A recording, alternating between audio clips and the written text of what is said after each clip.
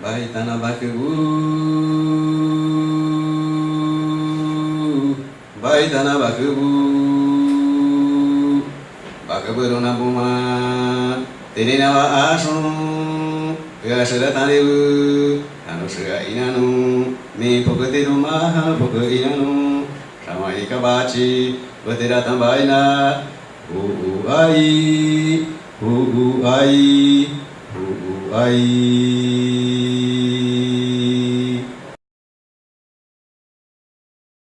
Nosso convidado, Márcio Vinícius de Carvalho, que é mestre em Antropologia Social pela UNB, trabalha no IFAM desde 2004, onde atuou no gerenciamento de projetos de inventários culturais e formações de equipe de pesquisa.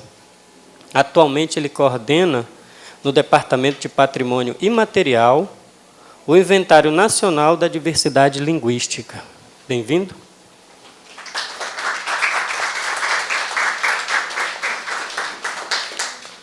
Boa noite. Vou me ancorar aqui no famoso PowerPoint, não tenho a verve, nem pretendo a rigor, né? Parabenizar de novo o Edson, que deixa a gente tão emocionado, né? E, em alguma medida, eu vou apresentar... como é que eu posso dizer? Que tem até um certo constrangimento, né, de encarcerar agora um discurso já de um ponto de vista mais institucional, né, mas que, em alguma medida, também tentando buscar essas convergências com esse passivo, né, imenso, né, que o Estado brasileiro tem para com as sociedades indígenas, como tem para outros grupos também sociais aqui nesse território, né, chamado Brasil. Eu quero agradecer o convite, vir participar, é muito honroso, né, não dividir, mas somar essa mesa com intelectuais do calibre do Joaquim Maná, do Edson, do Gersen, professor Ana Pizarro e o professor Bessa também.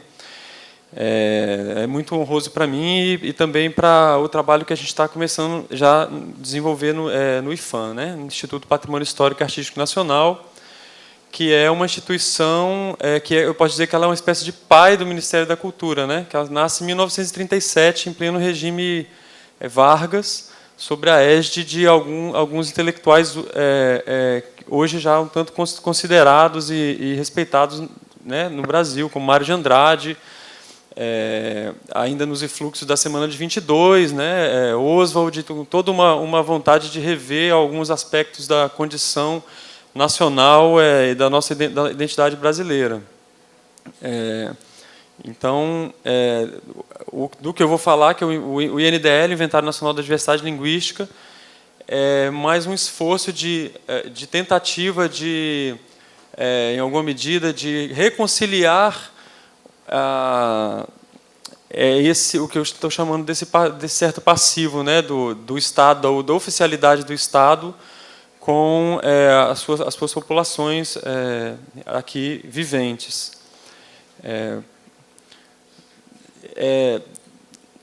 Eu aprendi. Eu vou fazer um bate-bola com a fala do professor Bessa ontem, que em algum nível de complementaridade com o que ele apresentou, porque faz sentido com o que também a gente está trabalhando. Ele publicou um artigo naquele livro que ele mostrou ontem, Políticas Culturais para povos indígenas, e que ele desenvolve aponta algumas questões, alguns pontos sobre os quais a gente está se debruçando, né? Então, em alguma medida, ele é um dos faróis, assim, o pensamento dele é um dos faróis para onde a gente está querendo orientar uma política de reconhecimento e de inclusão dessa diversidade linguística existente no Brasil, num contexto de políticas culturais, né? Eu vou fazer um recorte no que tange a políticas, a interface com as populações indígenas, com a etnolinguística, Mas o nosso trabalho ele também abarca outras expressões da língua ocorrente no Brasil, né? Como, por exemplo, as línguas de imigração, de comunidades de imigração, como também os falantes de línguas de sinais, né? Ou seja, todos esses grupos que não falantes da língua portuguesa, e eu também vou fazer esse recorte um pouco mais para frente, que, em alguma medida, também expressam um certo olhar, certos pontos de vista nesse território, né? Então, eu aprendi com o Bessa ontem, gostei muito, ele mostrou um sumário no começo, eu fiz o meu sumário também. Então, eu vou tratar alguns breves pressupostos da política, um pouco sobre o decreto que orienta está orientando, ou então está instituindo a nossa ação, as interfaces que a gente está construindo em relação à gestão, e as perspectivas e desafios. Pode passar, por favor. Então, 1996, né, teve a Declaração Universal dos Direitos Linguísticos, que ocorreu na cidade de Barcelona, que é uma espécie de 169 da OIT, né, que é da Organização Internacional do Trabalho, voltado para as línguas, né? A questão da autodeterminação, a urgência de salvaguarda e de reconhecimento e de alternativas para a preservação e promoção da diversidade linguística no mundo, né? Então, foi uma carta redigida por representantes de populações indígenas e autóctones de várias regiões do mundo. É um documento importante que também pauta como o mundo oficial, né, do Estado, a organização do Estado, dos governos, tem que lidar com a diversidade. Aí, nisso, esse grupo de trabalho da diversidade... Eu estou pontuando bem assim, né, em flashes, porque para eu chegar com o tempo, né, eu peço o mesmo pedido que o Edson fez, eu também faço para o coordenador da mesa, né, que eu posso, às vezes, me empolgar. Não tão com tanta competência como o meu amigo, mas tanto que tem uma muleta, né, para me ajudar. Então, aí foi criado o Grupo de Trabalho da Diversidade Linguística, que ele funcionou entre 2006 e 2010, que ele foi criado a partir de uma demanda de grupos da sociedade civil e da academia no Brasil para propor uma ação de reconhecimento das línguas enquanto patrimônio cultural brasileiro. Uma convergência do mundo da pesquisa e do conhecimento sobre as línguas com o mundo da pesquisa, do conhecimento e da promoção desse termo, desse conceito, dessa ideia de patrimônio cultural, né?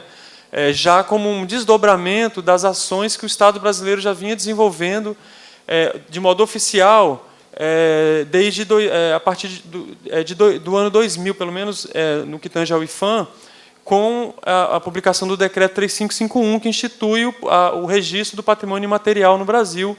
Vocês estão vendo esse selinho lá em cima, eu sou obrigado a utilizá-lo, né, que a gente está comemorando, entre aspas, 15 anos de implantação da política.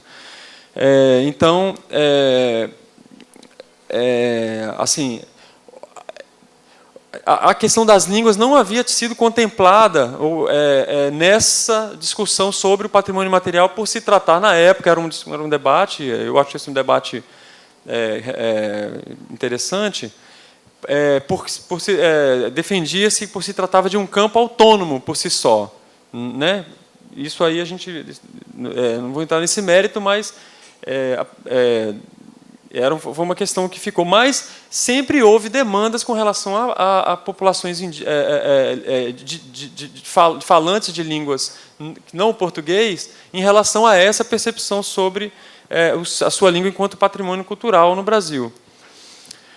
E em 2010 então o GTDL ele fez várias ações, ele fez o anteprojeto do decreto, né, que saiu o decreto 7387, que institui o Inventário Nacional da Diversidade Linguística. Eu vou falar em seguida. E cuja finalidade, de modo bem também rápido, assim, né, e sintético, é valorizar e promover a diversidade linguística no Brasil através de apoio a iniciativas de documentação, salvaguarda, pesquisa e produção sobre as línguas, buscando especialmente inserir as comunidades de falantes como protagonistas desses processos. Isso é uma projeção, ou seja, entendendo que política linguística ela não é prerrogativa de linguistas, ela é prerrogativa somente de linguistas, ela é prerrogativa também de falantes, né? Ou, sobretudo de falantes das suas línguas, né? E o Bessa lembrou muito bem ontem, né, falando que por trás de uma língua tem o exército, a marinha e a aeronáutica, normalmente. Às vezes, por questões linguísticas, se movem guerras, se movem muitas diferenças e tudo, né? E quando a gente está falando e quando se chega no campo semântico quando se vai falar de patrimônio cultural, há uma doxa que é a chamada retórica da perda, né? Ou seja, já está como se já fosse apelar para o patrimônio. A ideia de patrimônio é você também dizer que nas últimas consequências estamos sob risco. O risco está iminente, né? Como se assim, nós precisamos dos bombeiros da cultura, enfim, né? Então mais ou menos esse é o espírito, né, que move esse esforço, essa tentativa de insertar no Estado, pelo menos numa instituição de patrimônio cultural, a ideia e a noção de instituir ações de preservação. Eu uso os dois termos, né? Preservação / promoção da diversidade linguística. Então, os ministérios que compõem, que assinam o decreto, é o MINC, o Ministério da Educação, o Ministério da Justiça, o Ministério do Planejamento, Orçamento e Gestão e o Ministério da Ciência e Tecnologia e Inovação, né? Que compõem uma Câmara Técnica, hoje, que chama Câmara Técnica do INDL. Algumas representantes de instituições ligadas a esses ministérios, elas são uma espécie de Câmara que delibera sobre processos e procedimentos relacionados a projetos e a demandas de grupos e comunidades indígenas, comunidades linguísticas, em torno de seu reconhecimento enquanto patrimônio cultural. No caso do MINC, é o IFAM que coordena, né? O MEC é a SECADI, o Ministério da Justiça, Secretaria da Diversidade, né? E Educação, né? No MEC, a SECADI, quer dizer, Secretaria... Você lembra como é que quer dizer? Então, é uma instituição do MEC que, inclusive, que cuida dos saberes indígenas na escola, né, cujo Edson conhece muito bem. No Ministério da Justiça, o Museu do Índio, representante do Museu do Índio. O Ministério do Orçamento e Gestão é o IBGE, que tem cadeira, e o MCTI, o Museu Gueld, que o Museu Gueld é ligado ao MCTI. Então, tem um representante do Museu Gueld que faz parte da Câmara Técnica. E dois pontos que o decreto levanta que eu queria trazer e que são os nossos, digamos, o que eu falei dos horizontes, né? O INDL nos horizontes da política de patrimônio. É a ideia de constituir um sistema, base de dados de gestão, né? Ou seja, ele diz que o INDL será dotado de sistema informatizado de documentação e informação gerenciado, mantido e atualizado pelo MINC, de acordo com as regras por ele disciplinadas. Regras essas que a gente está num esforço imenso disciplinando, né? Tentando, ou indisciplinando, bem, aí a gente pode discutir também. A língua, e o outro ponto é esse, que a língua incluída no INDL receberá o título de referência cultural brasileira expedida pelo Ministério da Cultura. Esses são os dois eixos que vão, por favor, que vão mais ou menos criar uma certa arquitetura de como a gente está concebendo essa política, que ela tem uma vontade de ser interministerial, mas, por enquanto, ela ainda não é tão interministerial, porque a gente realmente sabe como funciona o Estado brasileiro, esse monstro paquidérmico, né, que tem patas curtas e barrigas imensa, e a gente estamos construindo formas de estabelecer uma estratégia de gestão que também avoque dos outros entes as suas responsabilidades. Responsabilidades essas que elas já existem no campo da preservação e da promoção e da diversidade linguística. Mas elas, algumas vezes, muito desencontradas e autorreferentes. O nosso interesse é de tentar buscar ações de natureza também mais coordenadas, né? Então, as linhas de atuação são essas, de um lado, a ideia de reconhecimento, a outra, a ideia de apoio e fomento a ações, que vai levar, primeiro, de reconhecimento, a ideia de línguas como referência cultural do Brasil, e a base de apoio e fomento, a coisa das parcerias e dos editais para apoio a projetos e a ações nesse campo. Sempre com essa ideia do protagonismo dos falantes, né? Esse é um esforço que a gente faz, assim, é uma disputa no campo, inclusive, né, que ela tem as suas tensões também. E no meio a gente compôs um documento, um trabalho chamado Guia INDL, que foi um esforço de um guia de documentação sociolinguística básico, para que possa ser utilizado por grupos, por comunidades interessadas em proceder à sua documentação. Foi feita também com parceria da própria Câmara Técnica, né, que é formada por alguns linguistas, e a gente está num processo de adequação desse documento para, em breve, lançá-lo. Por favor. As interfaces e o insumo, né, para a gestão. Essa ideia dos levantamentos sociolinguísticos, né, que é do guia, sobre o qual eu falei, a ideia do censo linguístico nacional, né, em parceria com o IBGE. O grupo de trabalho da diversidade linguística foi quem, que o IBGE tinha assento, foi quem colocou a questão, a pergunta no censo sobre que língua se fala em casa, né? E foi em anos, foi o primeiro levantamento de diversidade linguística indígena de modo mais ampliado, feito nacionalmente. E foi uma ação já fruto desse momento, né, do grupo de trabalho da diversidade linguística. Hoje, se você entrar no site do IBGE, eles fizeram uma tabulação muito interessante de como está espalhada, constituída a diversidade linguística no Brasil indígena, né? Porque o censo ele focou na diversidade linguística indígena. Claro que há, como todo censo, como toda tentativa englobante, há algumas inconsistências, alguns questionamentos, mas os dados estão lá para serem, inclusive, cotejados pelos pesquisadores, por quem está mais próximo do campo e quem tem condições também de fazer a diferenciação, a percepção sobre qual a população de falantes de línguas indígenas no Brasil. Estima-se que em torno de 700 mil hoje, né?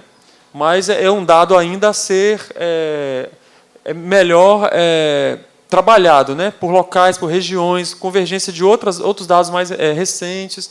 Então, é uma questão que está aí quicando. Eu até convido os pesquisadores e os interessados no tema em tentar coligir os dados que o censo linguístico do IBGE levanta com as suas próprias experiências, aqueles que estão em campo e que estão levantando informações de natureza censitárias de população também. Esse é um trabalho que a gente também está querendo incentivar, né? De colocar na berlinda os dados do IBGE para aprimorar essa informação, porque ela vai definir estratégias e diretrizes para a gestão de políticas de línguas, né? Como o Bessa falou ontem. E a outra é essa ideia da base de dados e georreferenciamento, né? Que é a elaboração, a gente está planejando, e estamos já em pleno trabalho disso, né? Incubando, uma plataforma interativa digital de informações sobre a diversidade linguística. E quando eu falo de diversidade linguística, eu falo de modo geral no Brasil, né? Mas nós estamos iniciando um primeiro esforço do primeiro passo de trabalhar a diversidade linguística indígena, porque é onde nós temos os dados mais oficiais e mais como é que eu posso dizer? Primeiro, que são oficiais, são do IBGE, e segundo, porque existe uma massa documental e de informação sobre esse extrato da população que nos permite ter noções mais precisas sobre como está a dispersão e a concentração da diversidade linguística indígena, né? No caso, em bolsões como Mato Grosso do Sul, né? Guarani, Kaiowá e Terena, que tem uma população muito grande de falantes das suas línguas. A cabeça do cachorro, né? No Alto Rio Negro também, né? Outro lado é Ticuna. Então, assim, tem algumas áreas que elas já são perceptivelmente, Yanomami, né? Perceptivelmente de alta concentração de falantes de língua indígena, e as suas variações, né, e tudo. Pode, por favor. Eu falei do censo das línguas. Nós vamos também, o Bessa falou ontem do mapa, né, nós vamos fazer ano que vem a reedição do mapa etno-histórico do Curto-Mendaju. É um documento fundamental, é um documento que é um divisor de águas na percepção sobre a diversidade linguística indígena no Brasil. A gente está tratando o mapa enquanto um monumento histórico-cultural da inteligência e do conhecimento no Brasil, e é um instrumento, uma ferramenta fantástica de conhecimento sobre essa diversidade e também de convencimento da população brasileira sobre essa diversidade, que esse é um grande gargalo, importantíssimo. Por isso que eu falo aqui do binômio preservação-promoção. Eu sinto que o nosso trabalho está muito mais voltado para uma ideia de promoção da diversidade linguística, assim, nosso trabalho enquanto instituição de patrimônio cultural, né? Do que necessariamente da ideia de preservação, porque a preservação ela está na ponta, ela está na ideia do próprio orgulho do indígena, do orgulho do falante de uma língua diferente, em falá-la, em expressá-la nela através das suas literaturas, através dos seus conhecimentos. E muitas vezes isso está sendo impactado por constrangimentos, por estigmas, né? E nesse sentido que eu falo que promover a diversidade linguística, ela também é educar, ela é também uma pedagogia importante, e sobretudo se parte de um certo ponto de vista oficial de uma instituição do Estado brasileiro. Outra ação que aí já é uma estratégia de guerrilha, né, que a gente estabelece dentro das entranhas do Leviatã, né, que eu estava falando, né, do próprio Estado. A gente inseriu, por exemplo, vem inserindo nos últimos editais do Conselho do Fundo dos Direitos Difusos, do Ministério da Justiça, que é um importante instrumento de fomento de projetos para populações minoritárias e minorizadas em situação de risco e tudo no Brasil. A pauta para projetos, para as pessoas, para os grupos, e submeter projetos com essa pegada, com a questão da diversidade linguística, né? Documentação, publicações e mobilização, formação de agentes, formação de pesquisadores. No caso da Libras, criação de léxicos, né? Porque os surdos, eles estão, com as novas tecnologias, eles estão dando saltos quânticos, né? na sua inserção, na inserção na sociedade. E eles estão ocupando espaços que até então eles não tinham condição, como, por exemplo, se capacitando em áreas que eles não tinham acesso, por exemplo, mecânica, através dos institutos federais hoje, né? E não existe palavras, léxico, termos na língua de sinais brasileira para definir muitos campos que eles estão atuando. Então, há todo um campo de desenvolvimento de léxico e de gestualidades, né?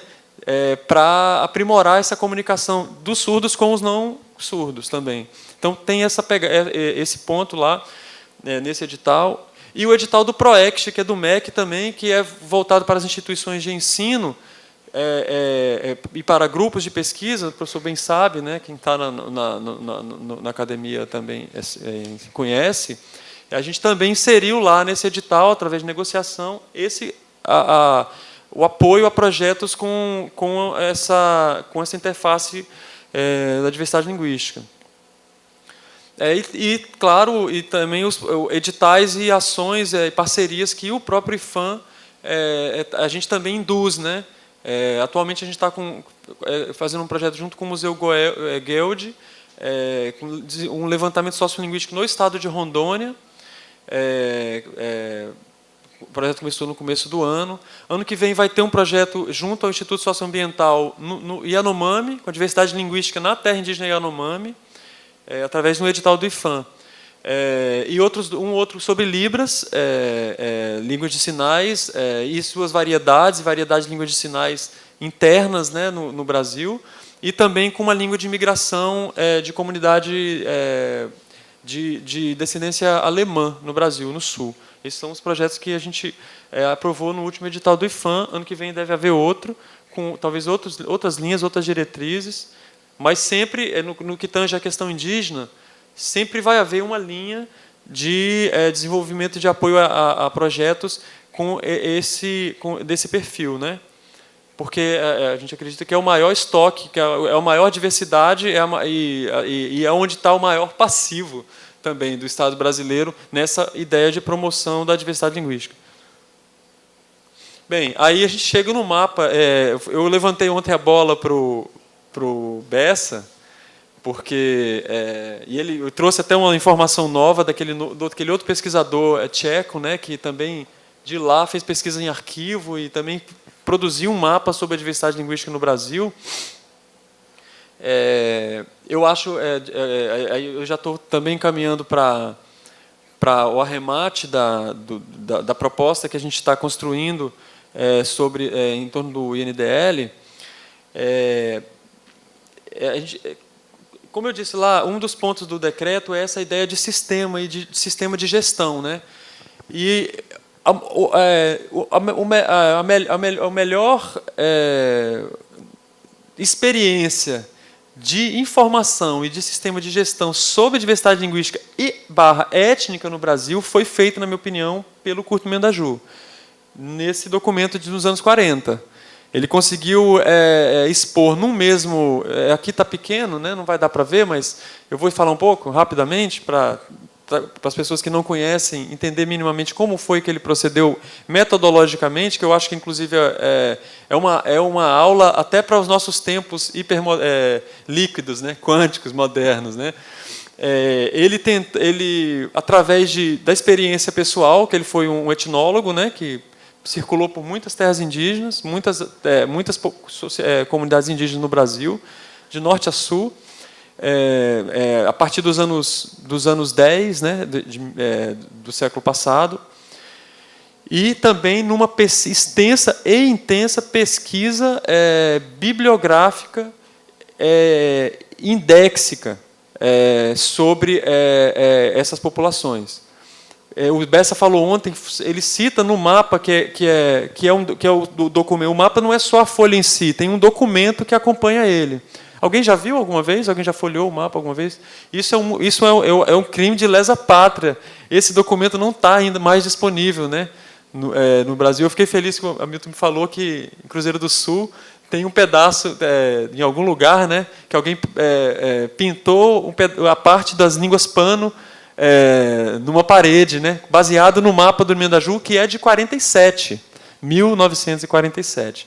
E ele traz informações sobre línguas indígenas e etnias desde o século XVII, 1600 e pouco, que são os primeiros, onde coligiu os primeiros documentos que definiam a localização de povos indígenas, de línguas indígenas, de falantes de línguas indígenas, de famílias linguísticas. Aí o mapa é esse mosaico de cores, né, em que ele apresenta de modo horizontal e vertical a informação. Horizontal no sentido de que ele trabalha uma certa historicidade, ou seja, no tempo, né? Por exemplo, vocês estão vendo esse verde aqui, não vai dar para ler, mas é a dispersão dos caiapó. Conta-se que a origem dos caiapó está nas nascentes do Rio São Francisco. O Edson, né, conta-se, essa região do centro do Brasil. Hoje a população caiapó se encontra na bacia do rio Xingu, Médio Xingu. E o Mendaju, ele mostra essa... Estou no tempo? Está ok? Falta 5 minutos? Então dá tempo. Ele mostra esse percurso, né? Só que a gente olha o mapa, ele é essa pletora de informações, né? Amarelo? Ah, cara, eu acho que é Guarani. Guarani, eu acho que é Guarani. Então, aí, por exemplo, um detalhe, né? Essas cores, é bom que eu estou complementando em alguma medida, né? Porque o Bessa falou ontem do mapa e, em alguma medida, é bom que eu consigo complementar o que é esse monumento, eu chamo de monumento da inteligência e da cultura brasileira, né? Então, ele detalha as famílias linguísticas, que estão esses quadradinhos aqui, não dá para ver, mas dá para ter uma ideia, e detalha também as línguas isoladas, que é essa lista que está aqui abaixo. Com um nível de precisão e de localização impressionantes, porque ele trabalhou por calha de rio, né? A ideia de localizar é por bacia hidrográfica, que é a maneira como os povos indígenas se organizam, de um modo geral, se organizaram territorialmente no Brasil. Então, o mapa informa etnias, famílias linguísticas e línguas isoladas, situação no tempo e no espaço, bem como onde elas estão localizadas no Brasil. Aí, nesse trabalho, aí é o pulo que a gente está querendo dar, além da gente reeditar o mapa, se Deus quiser, e Anderu também deixar, a partir do meio do ano que vem, a gente vai lançar de novo esse documento, o livro, né, que traz as informações, que faz entender muitas do georreferenciamento que ele fez, e nós vamos fazer também um trabalho de digitalização do mapa, visando que ele se torne uma espécie de plataforma interativa de informação sobre a diversidade linguística indígena no Brasil. De que maneira? Nós vamos decompor essa pletora de cores. Você pode passar para mim, por favor? Não, pode deixar aqui, pode voltar, por favor. Pode voltar. Só para eu falar rápido. Essa pletora de cores, nós vamos decompor cada uma dessas cores em layers específicos, de modo que a pessoa pode interagir no sentido de que, não quero ver só a família linguística macro-G. Ou então ela pode jogar, através das novas tecnologias de georreferenciamento, ela pode fazer, não quero saber os macro-G no estado do Paraná, por exemplo. Eu quero ver a família, o tronco macro-G no século XVIII, onde ele se localizava? A partir da primeira base, que é a base do Nimendaju. Pode passar, por favor. É porque não estava mostrando, como eu disse. Aí o segundo ponto, pode passar também. Esse é o trabalho que a gente que eu disse, que a gente está chamando dessa plataforma interativa, né? Que a partir dessa base inicial do Nimendaju, em que a gente também vai buscar digitalizar e trazer para esse banco de dados toda a documentação que ele cita, sobre qual ele se baseia para informar aqueles pontos que ele georreferencia no mapa. Documentos que estão no acervo que ele deixou, que hoje se encontra no Museu Nacional, e em outros acervos, em outras instituições, em outras bibliotecas, onde a gente encontrar a referência desse documento. Essa é uma parte. E, a partir daí, nós vamos começar também a compor mapas e compor georreferenciamentos mais recentes, a partir dos projetos e dos trabalhos que a gente começar a desenvolver com essa parceria do IBGE, né, que é o nosso interlocutor direto, que foi o IBGE que lançou a última versão do mapa. A última reimpressão foi no ano de 2002, e foram editados pouquíssimos. Então, a gente também vai criar essa plataforma que vai também ajudar a coligir informações e georreferenciá-las de modo também recente, em que a gente possa colocar em perspectiva o que já era o objetivo do Nimendaju, né? Assim, de ver no tempo e no espaço a dispersão, a questão populacional, a localização das comunidades e das línguas faladas, as línguas indígenas faladas no Brasil. E, a partir daí, a gente vai dar o salto também para georreferenciar as outras comunidades linguísticas. Bem, as perspectivas e desafios, eu já estou fechando, tá, meu querido? Porque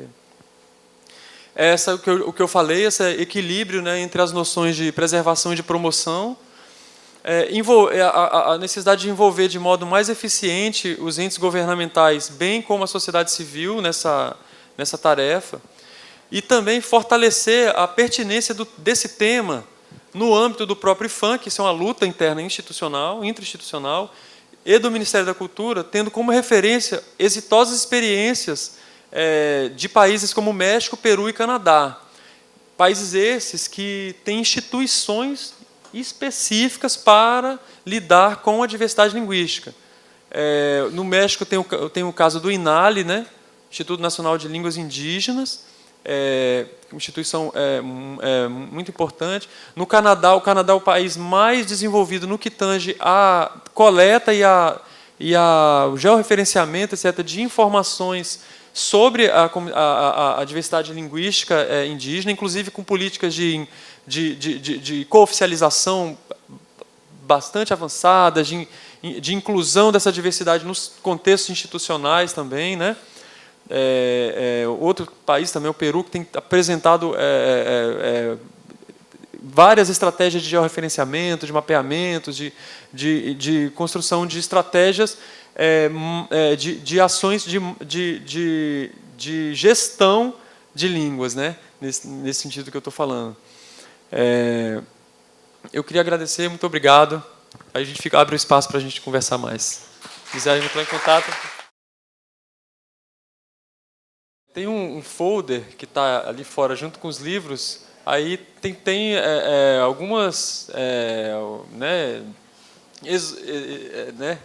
algumas informações sobre a política, sobre o trabalho que a gente está desenvolvendo. Então, tem contatos também. Eu sugeriria quem quiser pegar para levar também. Eu queria também de novo agradecer a oportunidade de estar aqui, a oportunidade de falar sobre o que a gente está fazendo para essa audiência tão qualificada e dizer que a gente está à disposição também para abrir o campo de debate. Eu acho que é muito oportuna a sua reflexão, professor, também, Zé, que mais uma vez reafirmou o que a gente também estava dizendo, né, que a política linguística ela não é prerrogativa única e exclusivamente dos linguistas, mas ela prescinde do trabalho também da linguística, né, claro, porque é um trabalho muito importante e às vezes pouco ou não necessariamente incentivado na medida do que do que ele deveria ser na dimensão da transmissão e da promoção e da autoestima, do retorno para os grupos sobre esses conhecimentos.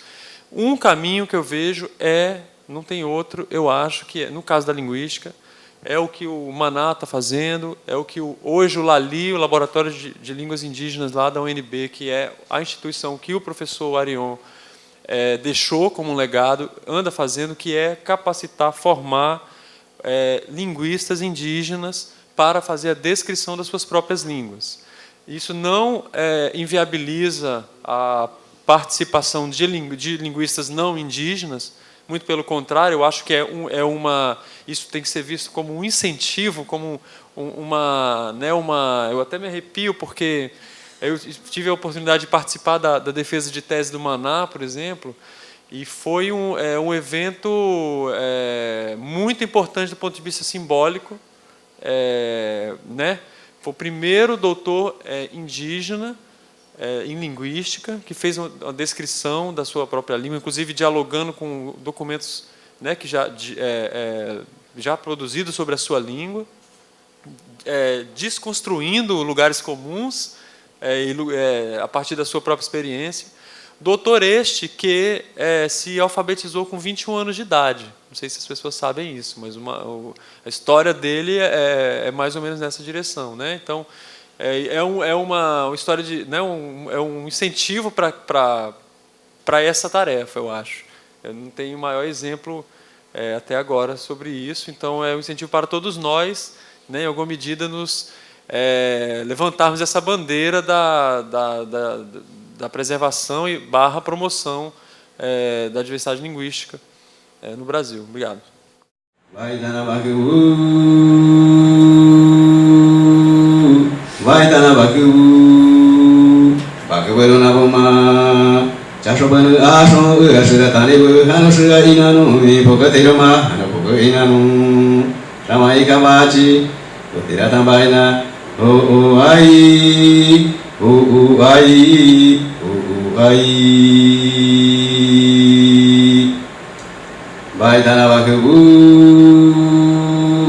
Vaidana Bhagavu, Bhagavaro Navama, Yavabana Asano, Ashira Tarivu, Hanashira Inano, Mi, Pogatirama, Hanapuga Inano, Shamaika Bachi, Butirata Vaida, ai, ai, ai.